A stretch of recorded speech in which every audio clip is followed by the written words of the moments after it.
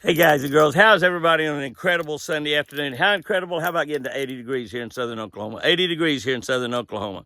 I won't really show you. Well, I guess I can. I have on shorts. That's right, shorts. Hope you had your sunglasses on when you looked at those white legs. Shorts. I have on shorts out here. Made it up to 80 degrees today. It's forecast to be 91 degrees here in southern Oklahoma tomorrow. 91 degrees. Walked down here to the dock. I waited this evening until almost sunset on purpose just because it's so beautiful. I grabbed me a red man spinnerbait right there. Got me a red man spinnerbait. And I'll make a few throws out here. Now, I have not been catching any fish. I have not been catching any fish out here in the evening. I wanted to make a few throws and see if maybe I could. Now, I've caught a few at times. Maybe one or two. One day, about a week or so ago, I caught quite a few right here. I just wanted to make a few throws off the dock, grab that red man spinnerbait around, and see if I couldn't catch something. While I visited with you this Sunday afternoon, I want to get this beautiful evening and maybe get a little bit of sunset over there. We don't have much cloud, so I think the sunset's just going to be sort of normal over there. It's not going to be spectacular like it is sometime, but our water temperature is warming up rapidly with this. The nights fall down, so the water gets cold at night, and the water temperature drops back down again because some of these nights are still getting down to 40, 45 degrees. We need nights at 60. Once the nights are at 60, the water temperature continues to warm during the night, even though the sunshine's not on it. That's the time that really brings these fish into shallow water. I visited at the donut shop this morning with several people up there while I was buying Chris and our donuts. You know, that's a normal stop for us when we go to church Sunday morning, is we stop at the donut shop. I believe that every Baptist in town, that's part of their routine. Might be every Baptist in every town's routine is to stop at the donut shop on the way to church. I think at the donut shop you'll see on Sunday morning, you'll see every Baptist in town, you'll see every cop in town. You see the cops every day at the donut shops. That's my buddy Bill Eppards up in Cincinnati. He said that one time the donut shops got so crowded up there that they made them park around the corner. They wouldn't let them park in front of the donut shop because there'd be too many squad cars there. They made them park around the corner. I told him one time and I got in trouble for impersonating a cop. I fell asleep in the donut shop. He didn't like any of that stuff. But anyway, I thought I might get down here and just throw around late in the evening and see if I couldn't catch a fish. It appears that I can. I made 4 or 5 casts, hadn't caught one yet. But I just wanted to visit with you and tell you how the week's gone. We had a great week this last week. We're looking for another great week this next week. We're on the road quite a bit. We have personal appearances in Baton Rouge. I'll be there on Sunday, March the 3rd. My boat will be there in that Louisiana Sportsman's outdoor show on March 1, 2, and 3. That's a Friday, Saturday, Sunday.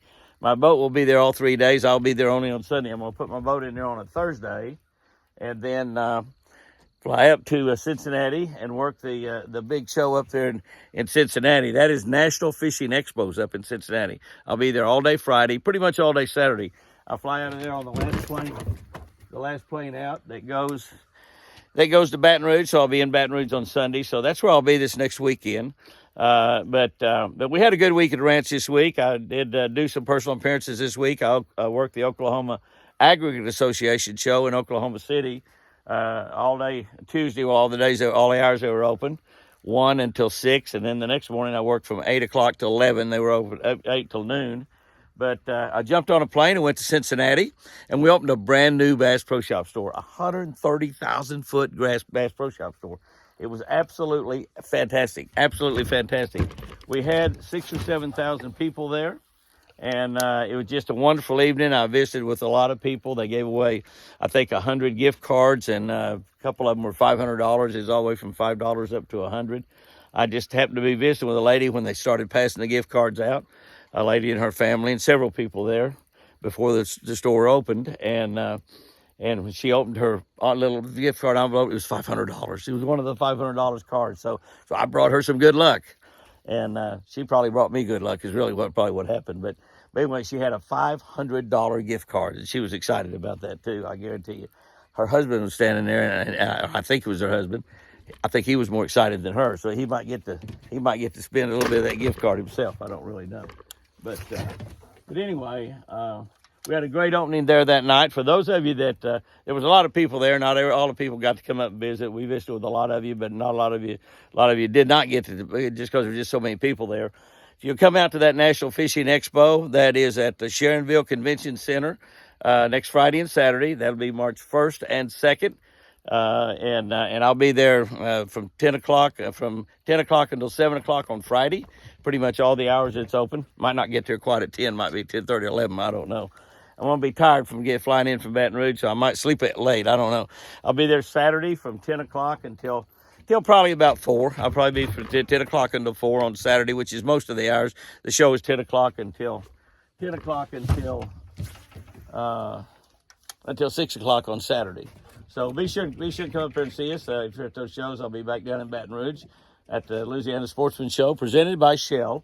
Shell Rotella. Shell is our presenting sponsor down there, so I'm looking forward to that. Be a lot of the Shell people coming around that show, so you'll be able to talk to some of the Shell folks and ask them about some of the questions you might have about Shell Rotella or Pennzoil or Quaker State. That's all of those are Shell brands. Jiffy Lube, get your oil change. That's a Shell brand as well. So you'll be able to do all that. And I'll be there on Sunday. That'll be Sunday, March the 3rd. Sunday, March the 3rd. One of the things I wanted to visit with you about on this little chat this evening is loyalty. You know, it seems to me like that we have a lot of moral values in this country that are sort of disappearing. And people don't seem to be quite as honest. They don't seem to be quite as truthful. Obviously, over 50% or right about 50%, give or take a percentage or two, of marriages end up in divorce. And so the marriage vows that I read, I guess they're pretty much the same now, but it said until death do us part.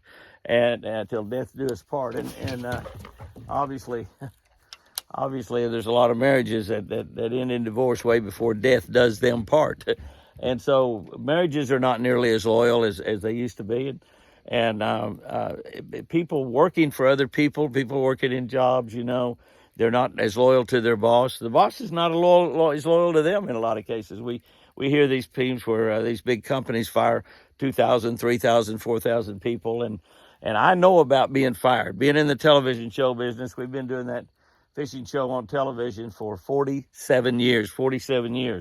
And we have been fired several times during that 47 years, as a matter of fact. And I'm not sure if we've been fired a single time for not doing our job that we were supposed to be doing for them. Perhaps we have, and they just didn't tell me that. Usually we get fired because companies are not doing very well. Businesses had a downturn, and they're not selling enough product, and they cut back on their advertising. Sometimes we get fired because companies just get new people in there, and those new people don't agree with advertising or having someone out here fishing, promoting for them. So we've been fired. We've been fired several times, but we have been loyal to every sponsor we've ever had. We've had a lot of opportunity over the years to change sponsors for more money. We've had that offer many, many times to change from one sponsor to another, maybe a rod and reel company or a fishing line company or a boat or a motor company or something like that, to change to another company, and they would pay us more money. Many television show guys make that change when they get that opportunity, and I guess there's not anything wrong with that. But I believe when I commit to promote a product for somebody, when I commit to run ads on our television shows for somebody, that I need to be loyal to that company. I need to be responsible and loyal to that company and promote them as hard as I know how. Anytime I'm awake, 7 days a week. It's not just buying advertising on the television show. And I don't know if people really understand how outdoor fishing shows work, but we don't get paid millions of dollars for producing outdoor shows. We pay for producing the outdoor shows ourselves. All of the people that work within our show work for our company. They get a check from Jimmy Houston Outdoors, and most of them have been working in our company for years and years and years and years and years. I want to turn this around and get that sunset just a little bit. In fact, what I'll do, because the sun has set now, and I don't know, I have to get off here because it's going to get dark on us as soon as that video gets kind of bad. But I just want to get that sunset back there. Well, it's not much, is it? Doesn't look that great through the camera. You see it on the water right there. You see how it looks on the water? Looks really nice on the water, doesn't it? but it doesn't look too spectacular in the sky. But see the gold on the water? Makes that water gold. That water is gold. Water is gold. Water is more precious than gold. I'd rather have water than gold myself. But the way the outdoor television shows work is that we produce the show. We pay for the production of the show. We pay for all the people. We buy all the camera equipment, the editing equipment, and all of that. And the cost of buying the camera equipment, editing equipment's really gone down. We pretty much edit on computers nowadays. We don't have to have great big giant editing machines. We shoot with cameras that only cost $10,000 or $12,000. In fact, we can buy cameras for $5,000 or $6,000 that works really, really well, and put a little bit more expensive lens on there. But we shot television shows for years with what's called an ikigami cameras, and they cost $60,000 or $70,000. And now you can buy $60,000 and $70,000, $100,000 cameras nowadays, but honestly, they don't take any better pictures than $8,000 or $10,000 cameras do. So we shoot with a lot of less, but we buy all that equipment. And we had, at one time, you're probably pretty close to $1 million tied up in our editing suite. Now we edit on a computer. It's all done totally different. We used to buy hundreds and hundreds of rolls of videotapes or cases of videotapes each year. Now we shoot on little memory cards. So the game's changed a lot. It's not nearly as expensive from that production standpoint as it used to, although it does cost more money for the production people nowadays than it did back then. But anyway, we bear all the expense. We have the equipment, we have the office space, we have the people, and we produce the television shows. Now then, when we produce the television shows, nobody pays us for those television shows. We don't get paid. We did get a contact from somebody within the last month or so about paying us for some television shows, but we hadn't been able to make any deal with him, so I don't know if that's going to happen or not. In fact, I'm not sure they even replied when we replied back to them. But anyway, I have to check with that Cherry on that. But anyway, then we go to the television stations. We go to people like ESPN, the Discovery Channel, Pursuit, WFN, the Hunt Channel, all those people. We go in there, and then that sunset's getting prettier, isn't it? Kind of pretty right there. Oh, look at that. Maybe I just need to turn the camera a little bit different where it doesn't glare. Oh, that's nice, isn't it? That's pretty nice right there. Isn't that a pretty nice sunset? Yeah. It looks better when I'm on the other side. That's looking better all the time, isn't it? But anyway, we then purchase television time. We buy the television time from ESPN. Some of the markets we barter on. We show about a dozen different television networks right now. We're purchasing time from some of them, but the majority of them we're bartering the time. So we're trading them our show for maybe 3 or 4 minutes of advertising, and then we go sell the advertising. We go sell the advertising to people like Shell, to people like Mercury Motors, to people like O'Reilly Auto Parts, to Ranger Boats, Bass Pro Shop, Cabela's, Tracker Boats, Power Pole, on and on and on and on and on. And we sell television advertising. And the way that you make a living in this game is that you need to sell more advertising, and you're spending for the cost of producing the show and buying all the television advertising that you're buying. And it's a very, very difficult business. It's a very difficult business. We've been blessed in this business and been able to make a living in this business for all of those 47 years. And of course, during that time, to supplement what we did in the television show business and to make up for the lean years, doing about 130 personal appearances a year. And we were doing those personal appearances. We did a lot of other things as well to make money and had other businesses going. So we could make it all work out. And it has worked out, and it's worked out wonderfully, and I've been so blessed to do outdoor television for so long. But one of the things that we've been loyal to all those sponsors, and the majority of the sponsors have been loyal to us, but we have been fired. But when I look back and I think of great companies like Mercury as an example, fish are not going to bite. I thought I'd catch a fish right in the middle of all this, but it doesn't look like I'm going to.